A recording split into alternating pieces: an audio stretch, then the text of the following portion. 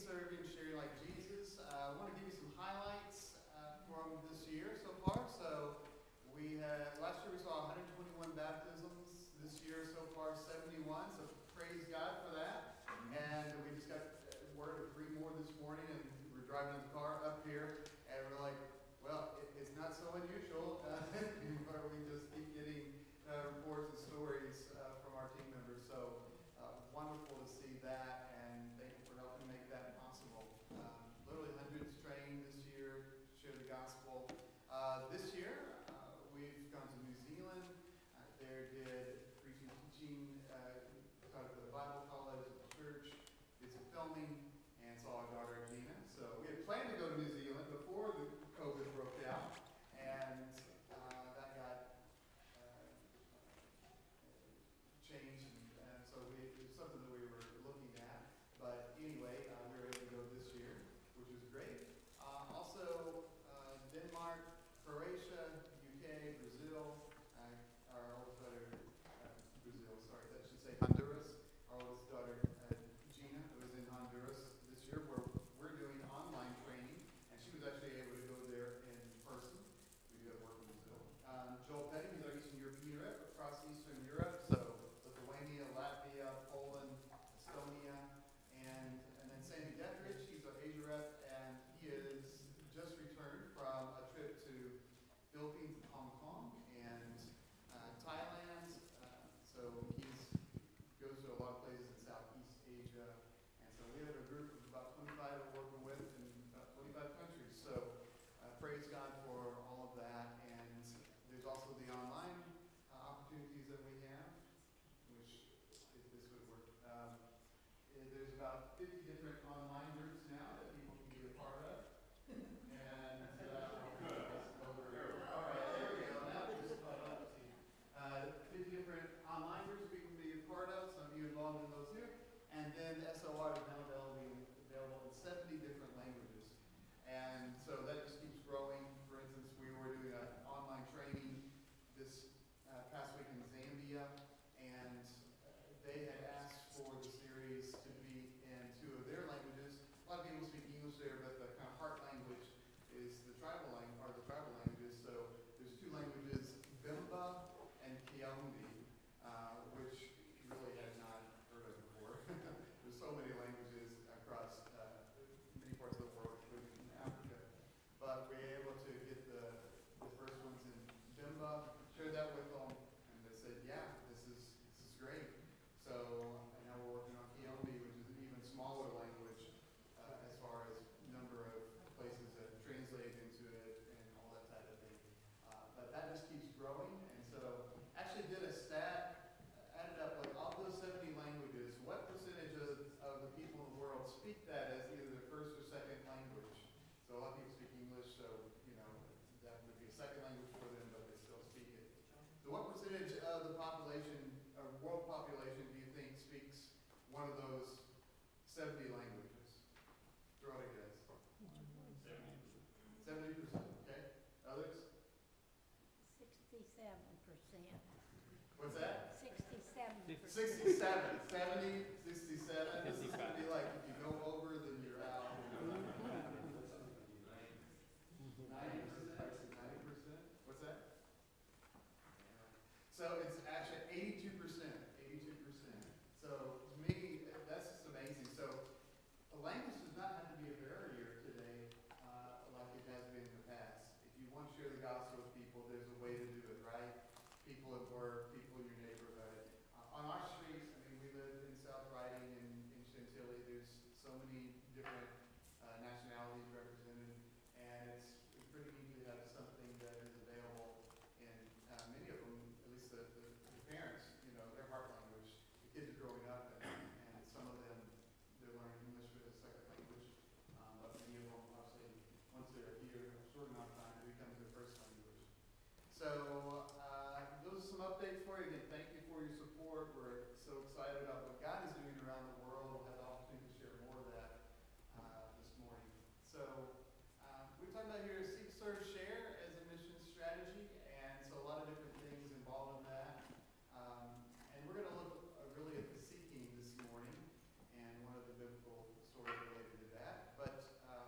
seeking is about looking for lost people, praying for them, being in proximity to them. Serving people is about helping them with their needs, whatever it is that might be. Sharing the good news, that's about sharing the story of Christ and helping lead people to faith in Christ. What would you say as a church? How are you doing? You think in these different areas? What's maybe been something where you've seen God at work, some strength, and maybe an area to grow in? Which would you say you're doing the best?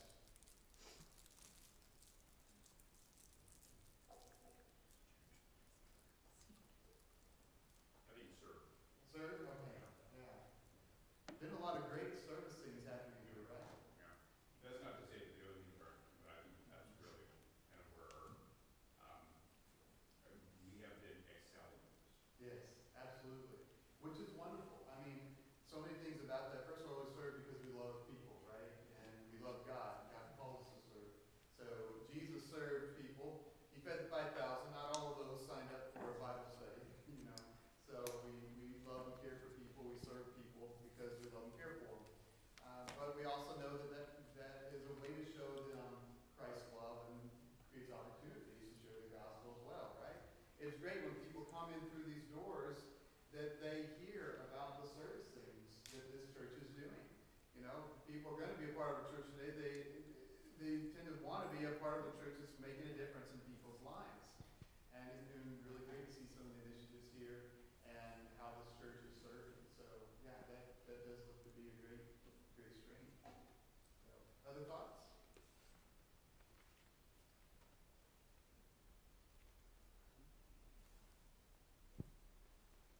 I think our busy society leans more to serving because it's something you can do. Yeah. And when you're seeking, you know that invests a lot of time. When you're sharing, that invests a lot of time. And living in America today, with trying to keep up with everything, kind of kicks us into the ADHD role. Something you can make an impact on and go to the next or whatever. That's right. With the commutes, with all the ups and downs, you know, government shutdown, all kinds of stuff that is going on. I know those things have affected people here and people that we know.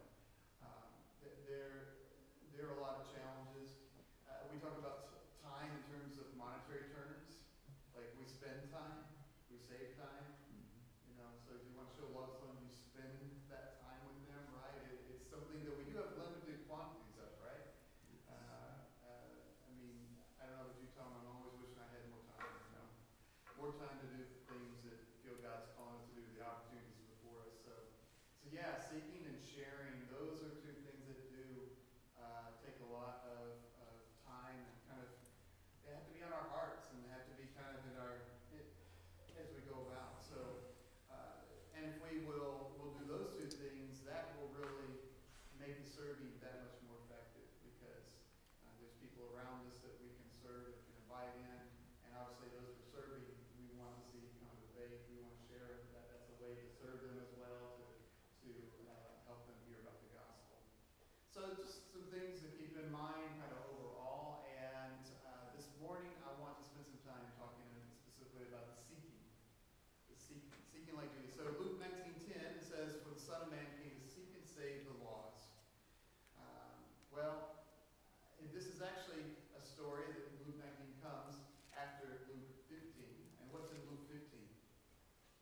Remember what's there? Prodigal son, 3 coins, the woman lost the coins, the wandering sheep that got away from the flock. That's right. You might be a preacher. So the lost sheep, the lost coin, and the lost son. The lost sheep, lost coin, and lost son. Our second daughter, Emily, who's now living in Croatia right now, when she was young, I don't know, 6, 7 years old maybe, maybe 5, Becky can tell you. But she liked to hide things, and she would just go and hide my shoes, find them underneath the stairs, and just she would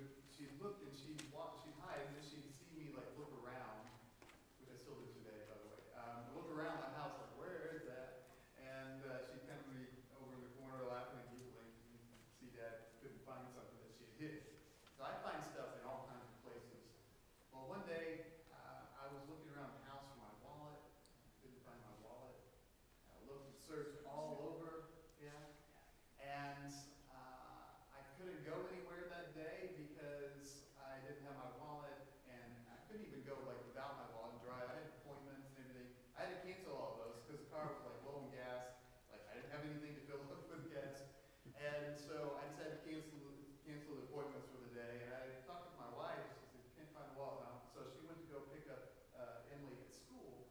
And she said, "Huh? Did you hide Dad's wallet?" And she said, "Yeah." And I hid it really good. And she had hid it in the back drawer in the upstairs bathroom. I would have never have found this in a million years. But there was great rejoicing when I found the wallet.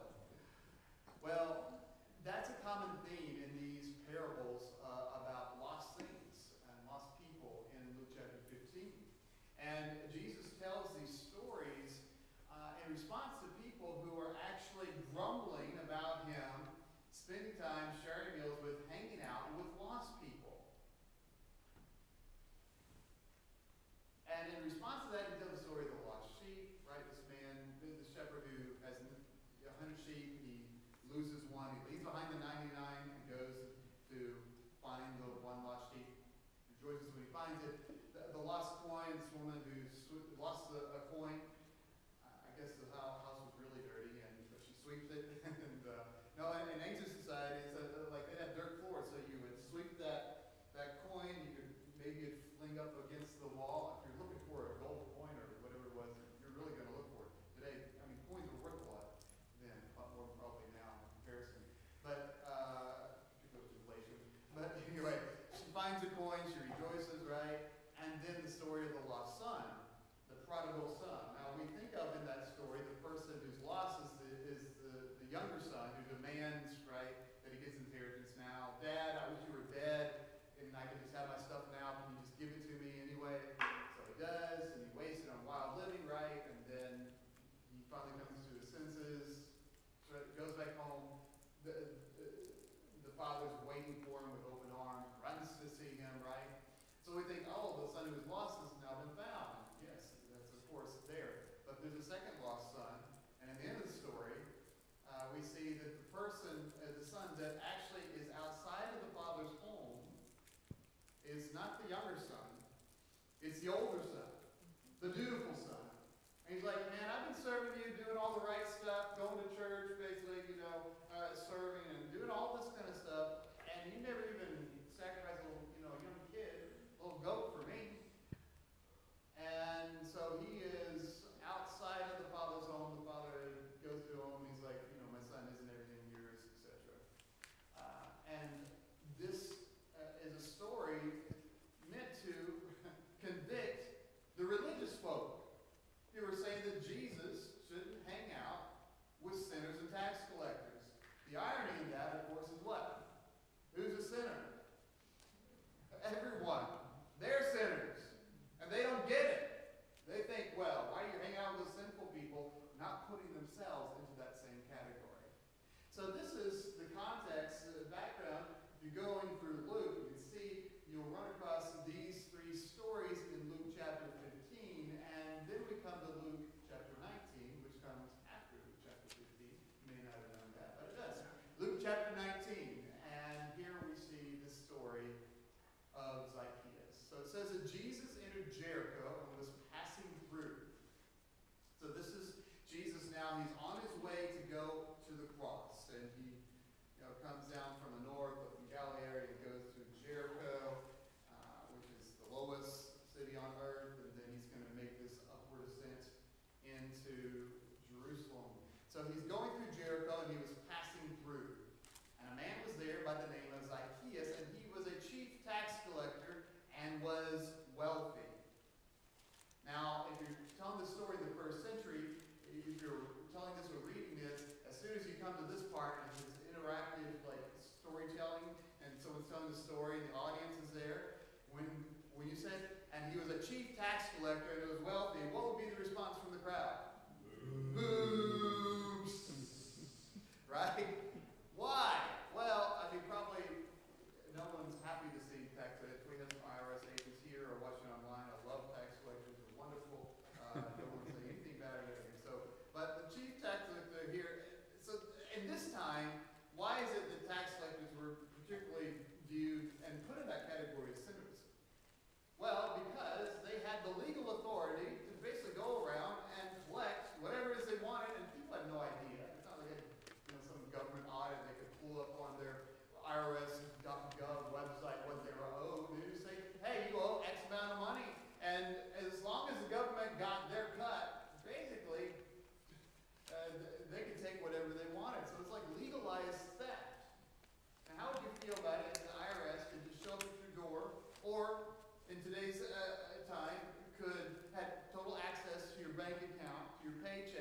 confiscated that, and you know that someone, the person who's doing that is taking a cut themselves. Now, obviously, these would not be very popular people. And this was a chief tax collector, which not only is a position of power, but means probably he collected more from people than, most did. That's how you get ahead, right? So he was a chief tax collector and was wealthy. How did he get wealthy? Well, most likely because of his position, because of his power, because of his legalized theft. Now, there was that on the legal front, on the monetary front. Probably no one likes people taking money out of their wallet, right? But it was also, someone who's a tax collector was also viewed in a terrible light because they were aligned with the Roman government, right? You seen The Chosen? Those of you who watch that, I love they kind of make, Matthew, he has a different personality, I'll put it that way. But one thing that's interesting, and may have been accurate, I don't know, but he has to have, in the beginning, before he starts really following Jesus, he has to have a centurion, a Roman soldier, follow him around. Why? Because otherwise he'd get beat up, right? He was hated. That's how it was.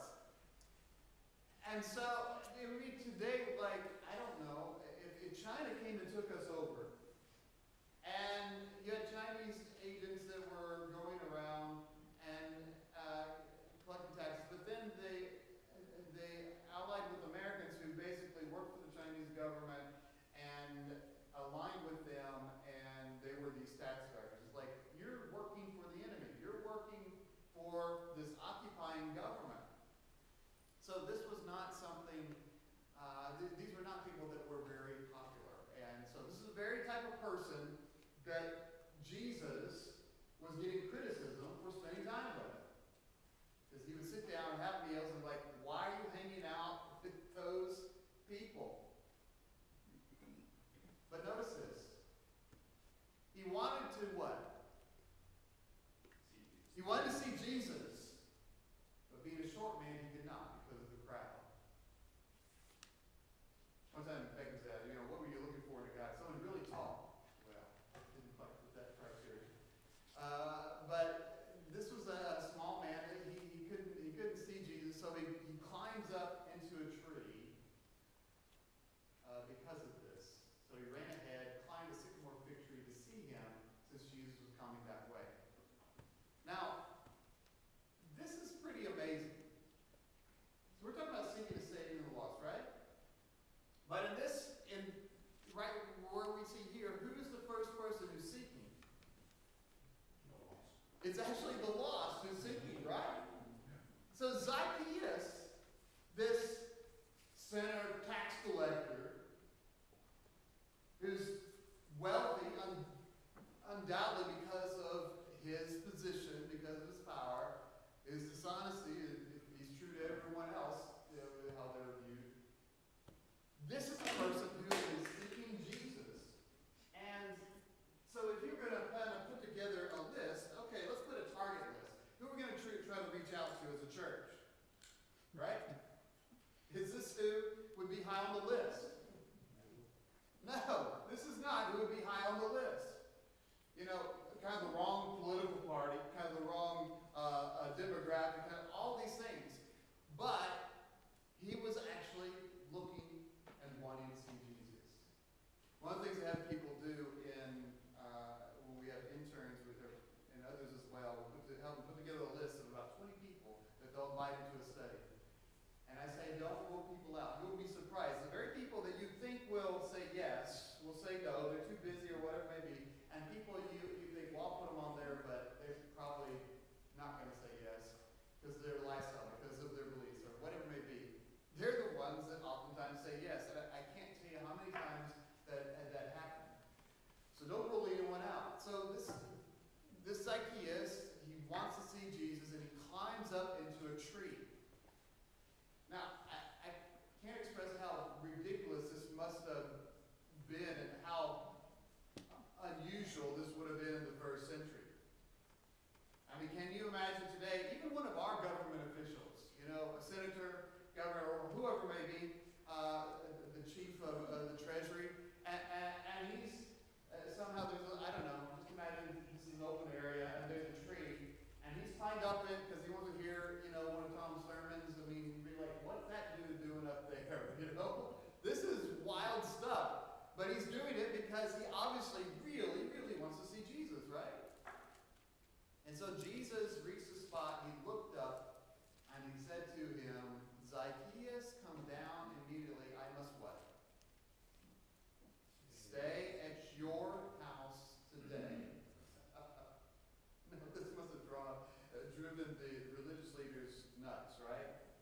because they've already criticized him. He tells these stories about all the lost things, lost people, and then this chief tax collector, like the worst of the worst.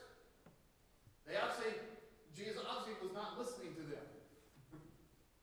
Because when he sees this man who is looking for him, he looks up and he says, I'm going to your house. So he goes into the house of the sinner. What are some things that we can learn from this story? Think about that. Look what it says. It says, so he came down at once and welcomed him gladly. So Jesus invites him, he welcomes him. What is Zacchaeus' response? Great. He's like, yeah, let's do it. Hey, are the Redskins going to be on? Let's watch the game. You know? And he's excited. He welcomes him gladly. Now notice the response. All the people saw this and began to do what? Mutter. What's muttering? Grumble, grumble, grumble.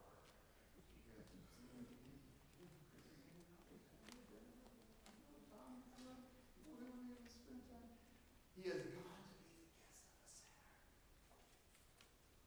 Gossip is not something that's new today. It's been around for a long time. But Zacchaeus stood up. And I'm sure he heard and saw, the people's response, right? Zacchaeus stood up and said, look, Lord, he's speaking to Jesus, here and now I give half my possessions to the poor, and if I have cheated anybody out of anything, I will pay back 4 times the amount. Now, that must have been a long line. So he's going to give half of his possessions to the poor, and if he cheated anyone out of anything, he's going to pay it back 4 times. This always happens today. Every government official that's ripped people off, or a company that's been dishonest, they're always doing this, right? They've done something wrong, and they give away half their possessions to the poor. And says, oh, right, if I cheat you out of something, I'll give you 4 times back the amount. This is pretty amazing. And it shows true repentance on his part, right? Now, why is it that he gives back 4 times the amount? Why that specific number? Anything come to mind? Exodus 22. Okay, that's good. Wow, you look receptive. Yeah. Are you preaching? Exodus 22. You can go and look at that passage. In the law, it says if you stole a sheep, you're supposed to give back how many? 4 sheep. So what is Zacchaeus doing? He's actually doing what? He's following the law. Now, when does he decide to do this? Before or after he encounters Christ? It's after, right? After he has this encounter with Jesus, after Jesus looks up, after he says, come down, I'm going to your house, after he shows him that hospitality, then that's when we see this response from Zacchaeus. Which do you think is more effective? To share Christ with people, to welcome them, to show hospitality, and then talk with them about the kind of life that God calls us to live? Or to skip that first part and tell them everything that they're doing wrong and why they're lost and going to hell? It's a sequence, right? We want to follow Jesus, right? We want to be imitators of him. Was Jesus a pretty good evangelist? Yeah? Why didn't he just look up in the tree and say, Zacchaeus, you better get your life straight and better get it right and stop cheating people, by the way. You know what? And if you do that, okay, maybe we can hang out. But that's not what Jesus did, right? Can we learn something about Jesus, about how to reach people? How are we leading? How are we sharing Christ with? What are we leading with? That's why if I'm going to post, if I'm going to have conversations, neighbors or whatever it may be, I want to share first about Christ. Because if they don't know him, it doesn't matter how much they, quote, clean up their life, right? If you don't know Christ, if your behavior gets a little bit better, are you going to be saved? Now, it might make us feel more comfortable, right? But are they really going to be saved? No, because that's not how we're saved, right?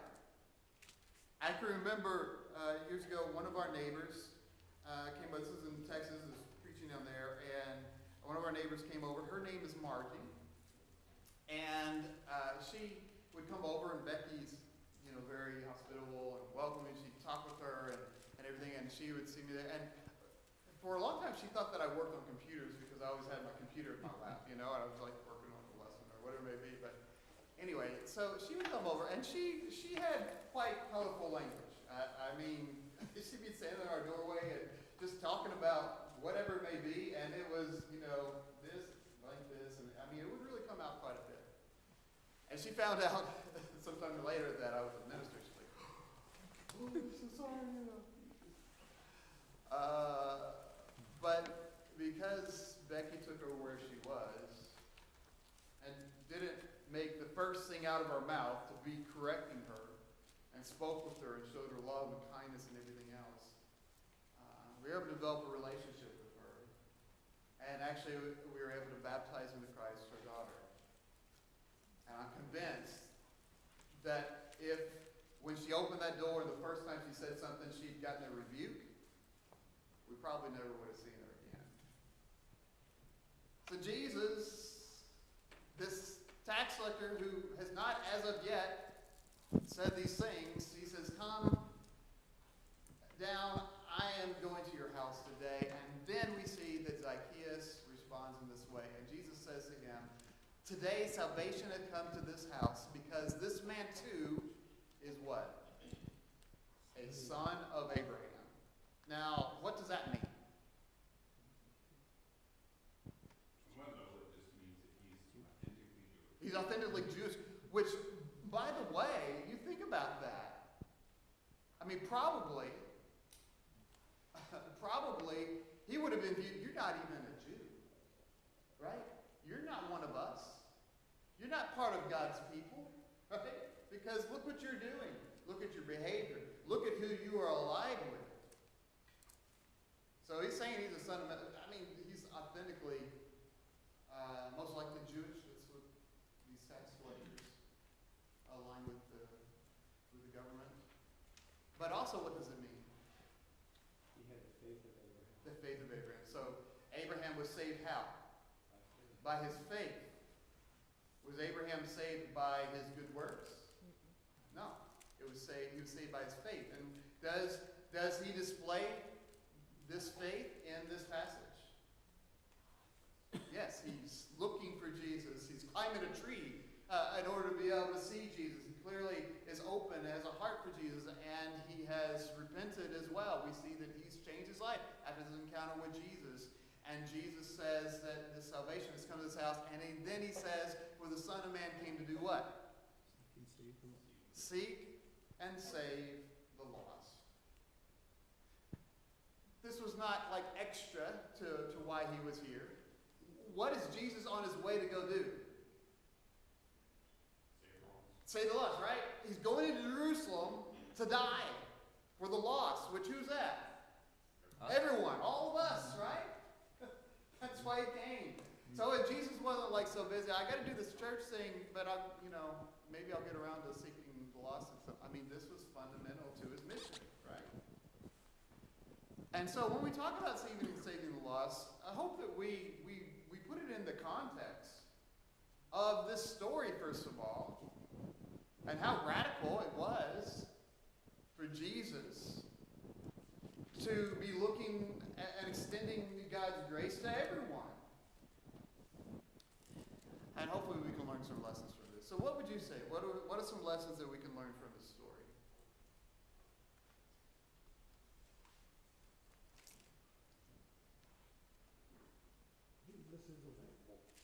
Jesus is available? Yeah. And boy, isn't that something, a lesson for us today, right? That he's available. How available are we? How present are we?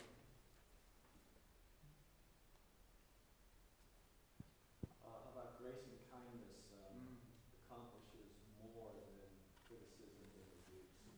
Yeah. Grace and kindness accomplishes more than criticism and abuse. I love the way you say that. criticize and rebuke? Raise your hand. I'll get some criticism and rebukes out for you. Is there a place for that? Yes, but it's interesting. Jesus seemed to be most hard on the religious folk, the people who thought they had it all together and kind of had an attitude about it, right? Condemning other people. And he's like, yeah, but look at you, man, dude. Clean up your own house before you do this. And those who seemed to be the furthest away, he seemed to be the most kind and gracious too, in an outward kind of way. Maybe there's a lesson for that. Maybe we ought to need to hold ourselves more accountable, and the way that we interact with those who are outside, with especial love and kindness, demonstrated in practical ways. Yeah, leading with love and kindness goes a long way. What else? It struck me as you were going through this that he had great authority given by the Roman government and the tax collecting. He had no authority over the crowd, and especially no authority over Jesus. That's right. That's right. Yeah, he put himself in a vulnerable position, right? Yeah. You have that power and authority. You're used to kind of bossing people around, telling people what to do, right? You have no authority with Jesus. I don't see any tax collectors today climbing the tree. Yeah, I don't either. So he has to. I mean, the very fact he's in a tree, it shows, right? He's out of his element, but he's willing to do this because of Christ. Mm-hmm. What else? Practical lessons for us in our lives. Humility for sure. He humbled himself to do that. Very much Yeah. so. He could have been very arrogant with the authority he had as a tax collector, chief tax collector. Yeah. And, So we might find people who are very surprising, who have an open heart, who actually God's at work in their lives, right? I mean, clearly, he's on a journey, and we know the Spirit of God today has been sent out into the world. So the very person at your place, or maybe it is a government official, maybe it's someone that seems on the outside like he or she is very closed, very outside, but it may be that actually, that of course God's at work in their lives, but maybe they're listening. Maybe they have an open heart. This is more of an individual reaching lost, but or seek we're all lost. I'm reminded of John the Baptizer, who said to the Pharisees, "Bring forth fruit worthy of repentance." And in this case, with Zacchaeus, he did bring forth fruit worthy of Yeah. repentance. And the Lord saw that and knew that he was sincere Right. about his seeking Jesus. And no doubt the Lord knew why he was seeking, because he probably knew Zacchaeus' heart. Yeah. First of all, he knew his name, which is amazing. Yeah. He's just one of the crowd. Right. Jesus knew every tax collector in every city, but Yeah. he knew his name, so he knew that this man was up in the tree seeking him, and when he saw fruit worthy of repentance, he said, "You're a son of Abraham. You have faith. Salvation today has come to you." Absolutely. And Jesus affirmed that, right? And sometimes, I mean, it's not for us to doubt people's sincerity, I mean, we can be perceptive and feel it, but, only God ultimately knows people's hearts, and that'll be borne out over time, the fruit, right? If it's sincere or not. The general direction, is going to become clear. But yeah, this clearly, Jesus affirmed that, right? His repentance. So here's some things. Y'all mentioned many good things. I'll just a few lessons and one final story. So one, we should be praying for God to open opportunities for us, put people in our path. I mean, it may be that you walking along your path in your neighborhood this week and you see a tax collector up in the tree. If so, that's a pretty good sign. That maybe God is up to something. So if you see, your IRS collector who's working, for the Roman government, then that this is really, we've got to be receptive, right? We've be praying. We need to be in proximity to people. It's hard to reach people if you're not around people. So if you don't know, if you don't have, you're in your daily life, you aren't in proximity to any lost people, then get a friend and join something. A club, a neighborhood, a group, whatever it may be, and spend time there and get to know people. It's hard to reach people if you don't have any kind of relationship with them. So be in proximity. Now, most of us probably, particularly if you're in a work situation or whatever it may be, there's people who don't know Christ all around us. We just have to be open and receptive. We need to be present, right? Aware. That's kind of part of that being receptive. I go through drive-through at Taco Bell when I go through. I figured out I can get like one taco, without too many calories, not too much money. So Becky came and she said, "How was lunch?" I said, "I got my one taco." Yeah. So I've been going to this Taco Bell for years. Of course I never go, but when I go, there is a guy there that I've seen for years, and I don't know his name. I'm like, I need to know his name, and I realize that so much time I'm just looking down, and it's terrible, isn't it? Right? Someone's serving you, you don't even acknowledge their presence. So we can have people like that around us. Are we being present for them? We also need to be perceptive. Like, hey, maybe God has put this person in my path. Maybe He's knocking on my door and making this available. And then personally invite. We need to personally invite them into a study and to come and worship with us, to come and serve with us. That's an entry point as well.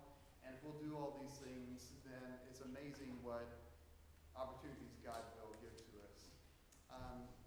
Final story on this. So, of course, y'all know we go and serve a lot in Croatia and many other places. But this past summer, we ran two more camps. One a children's camp, and then another a teen and adult camp. And this is the children's camp. And there was a family that came to this children's camp a year ago, summer before last. And the woman's name is Maya. She's got a daughter named Victoria, a son as well, and her husband's name is Luca. Well, she came to that camp with her two children. Her husband wasn't there, but she came with her two children a year ago, and had a great experience. Kids had a great time, wonderful, etc. So at the end of that camp, my wife Becky and the girls went out with Maya and the whole family. Actually, I couldn't go for some reason, but anyway, she went with them, and having hospitality. I'm going to come to your house today. You're going to go out with me.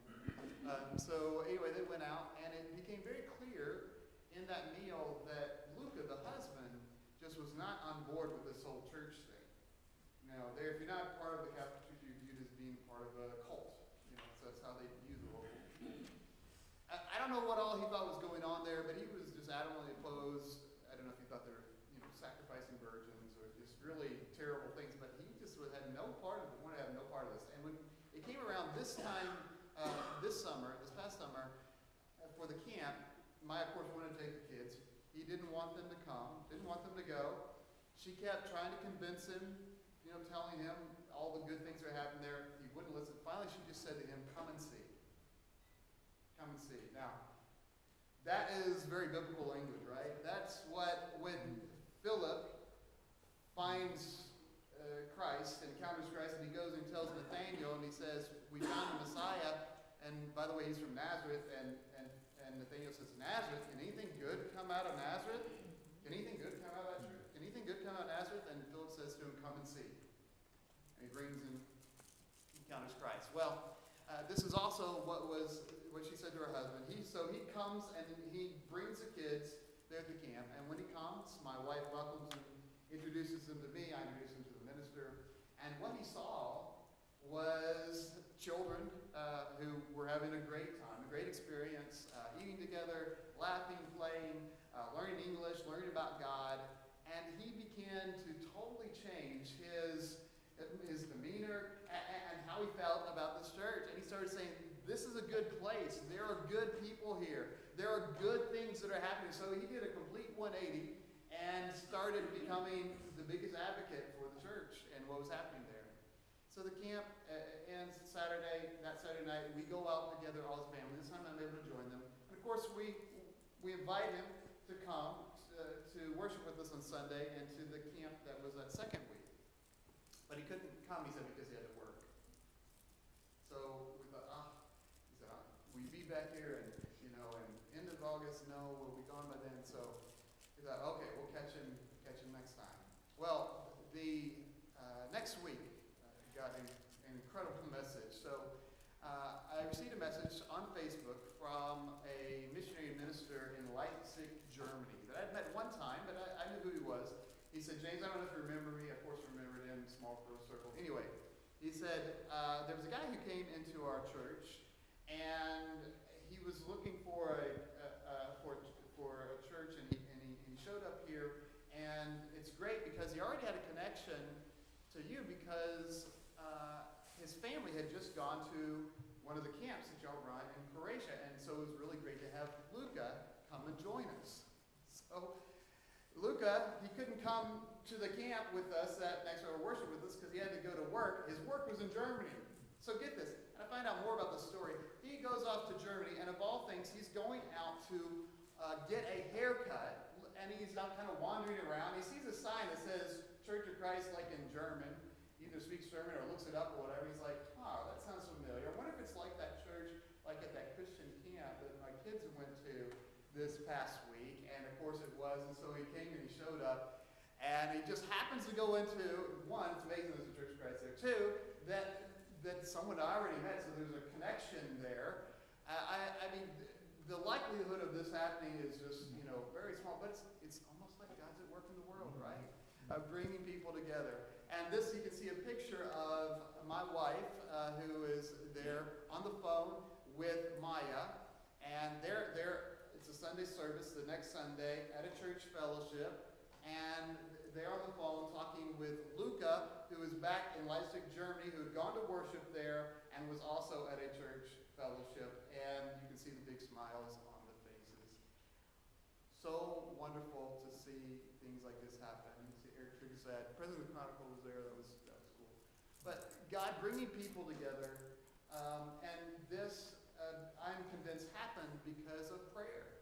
In fact, there have been so many people converted and baptized into Christ that when we came around for the summer, I said, we really need to pray for like a whole new crop of seekers because so many of them had been baptized, and they had. And God just sent an incredible new group of people. In fact, at that second week, there were all kinds of new people that came and showed up for that. After we left, there were people that just showed up, like no previous connection. I tell you, that happens here. That doesn't happen there. Like, there's no transfer growth. There's in Croatia, if you add up all of the churches that are, non-Catholic, that would be like less than 1% of the population. So this is a very unchurched place, you could say. But we've seen God start just having people show up. And it's been so encouraging to see here the people who have come to faith, who've been studied with, Tom studied with, and others, and have been baptized into Christ. And I'm convinced, because this church has been on a journey, has been seeking to reach out, seeking to serve, seeking to do all these other things, that God is answering those prayers. So thank you for who you are, for what you're doing.